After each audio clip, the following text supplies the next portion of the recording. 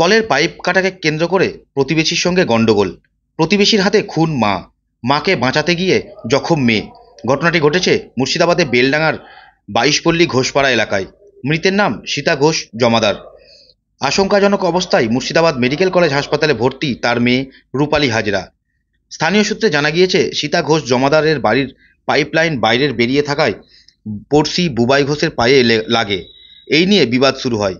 সেই সময় কলের পাইপলাইন কেটে দেয় বুবাই ঘোষ। তারপর শুরু হয় হাতাহাতি। গন্ডগোলের সময় ধারালো অস্ত্র নিয়ে সীতা ঘোষ জমাদারের উপর চড়াও হয় দুষ্কৃতীরা। তাকে এলোপাথালি কোপানো হয়। ঘটনাস্থলে মৃত্যু হয় তার।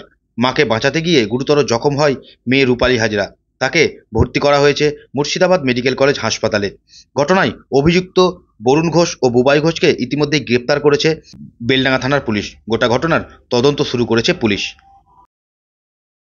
তো তখন ছিলাম না, পরে আমি এলাম, এসে তখন এই মারামারি হয়ে পড়ে আছে, তখন এলাম আমি বডি তুলতে এসে আমাকে আবার ঝাবার করতে দেখা যেতে ভয়ে পালিয়ে গেলাম।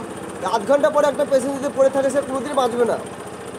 তারপরে ওই যে প্রশাসন এলো, এসে তারপর আধ ঘন্টা পরে এলো, এসে ওদিকে তুললো দিয়ে তারপরে আমরা জায়গায় আসতে পারলাম, নাহলে তো আসতে পারতাম না। আপনার এই পাড়া প্রতিবেশী আমার তো ওখানে ওই ওপারে বাড়ি।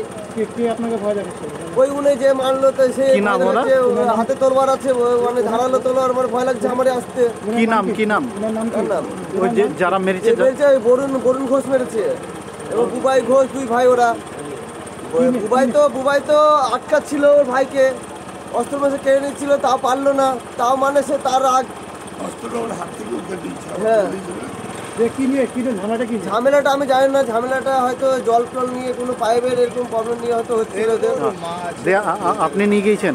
হ্যাঁ, আমি গাড়িতে তুলে দিলাম, গাড়িতে থেকে আবার স্যালাইন একটা বোতল চড়িয়ে আবার বরফটা কোপ মেরেছে।